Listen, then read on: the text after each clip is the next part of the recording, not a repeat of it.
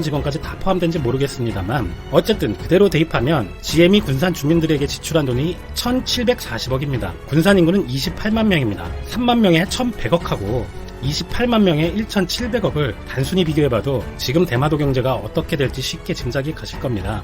더군다나 군산은 대마도처럼 외딴 섬도 아니고 나름 인구 30만에 가까운 역사와 전통이 있는 유명한 도시이고 경제적 측면의 외부와 연계성이나 정치권에서의 관심은 비교할 수준도 아니겠죠. 기사로 돌아가 보면 역시 지금 대마도의 경제는 한국인들로 이루어져 있다고 해도 과언이 아니다라고 표현합니다. 마을 곳곳에 한글 간판이 즐비하고 면세점은 일본인은 못 들어갑니다. 차량 내비게이션은 일본어가 아예 없고 한글로만 되어 있습니다. 그러면서 상당히 웃기는 내용들이 나오기 시작하는데 대마도의 자위대 옆에 땅을 한국인이 인수해서 리조트를 지은 것이 문제가 된 적도 있었다. 아니 일본인이 가지고 있을 때는 괜찮은데 한국인이 사서 리조트를 만들면 방해에 문제가 된다? 애초에 그러면 군시설 인근은 일본인이든 한국인이든 소유를 금지하고 정부에서 소유하고 있었어야지 일본인이 리조트를 만들었어도 이런 소리를 했을까요? 그 리조트라는 것도 작은 뭐랄까 하여튼 그런 수준이라고 합니다.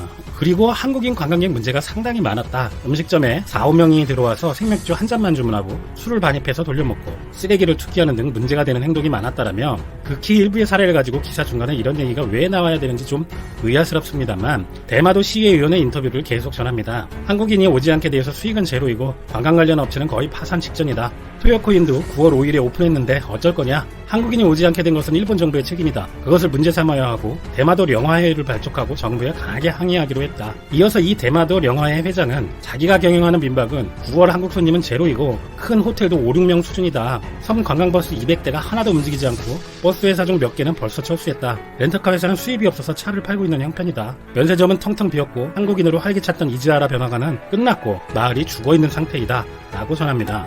그런데 요즘 집권자민당의 보수중진 의원 아오야마 참의원이 이끄는 일본의 존엄과 국익을 지키는 모임이 활발히 활동을 합니다. 뭔가 조직 이름이 일본 덕후스럽기는 합니다만 이 아오야마 참의원이 그냥저냥한 사람은 아닌 것 같고 소개 페이지만 해도 상당한 양인 게 꽤 지명도가 있는 사람인 것 같습니다. 대마도의 국토 침식에 대해 처음 조사하러 갔다. 한국 사람들이 대마도에 많이 와서 모습을 변화시켜버렸고 자이드 시설 주변에 한국인들이 토지를 구입한 것도 조사했다라고 일본 방위에 대한 우려와 한국인 관광객이 많아지는 것에 대해 한국의 일본 국토 침식이라는 말로 표현을 하면서 대마도가 국토 방어에 중요하다는 관점이 정부에 결여되어 있었고 주민의 요구에 부응하기 위해 대마도 진흥법의 제정을 촉구했는데 내용은 일본인 관광객 증가를 목적으로 대마도 국내선 항공료이나 수학여행 조성, 해상자위대 방위대 주변의 토지의 국유화와 항만의 정비이다라고 발표를 합니다. 그러니까 일본 정치인의 입장은 그냥 대마도에서 그냥 한국인 다 나가고 오지마 라는 거네요. 그리고 1년 안에 진흥법이 제정되어야 한다고 정부에 직접 요구를 했다고 합니다. 이에 대해서 아까 대마도 주민들의 반응을 보겠습니다. 아까 인터뷰했던 대마도 영도회 회장은 그런 느긋한 말하면 안 된다. 모두 비명을 지르고 있다. 시급하게 대책을 내놓지 않으면 모두 도산한다. 또 나가사키 신문에 따르면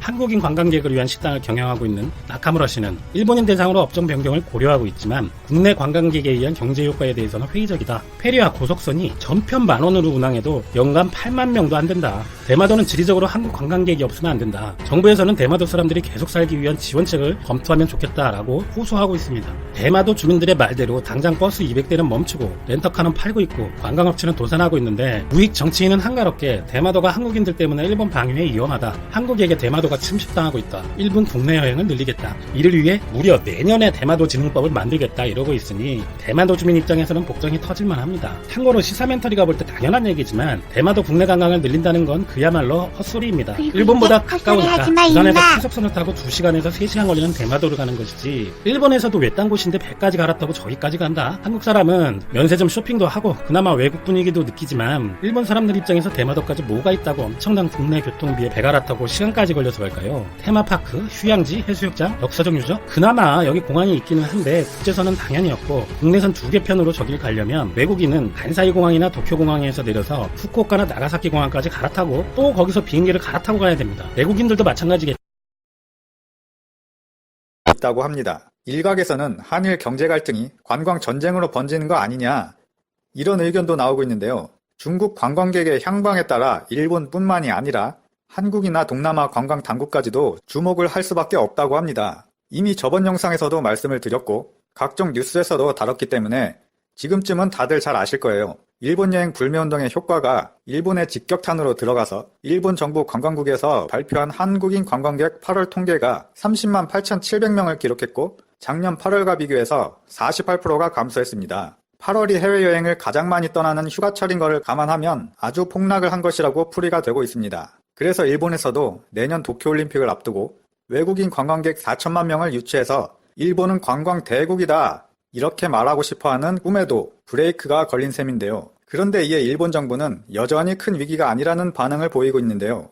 스가 요시히데 일본 관방장관 어록 중에 한국 방문객은 대폭 줄었지만 미국과 동남아가 각각 13%씩 증가했기 때문에 오히려 잘된 거다 라고 하는 정신승리 발언까지 나온 상황입니다.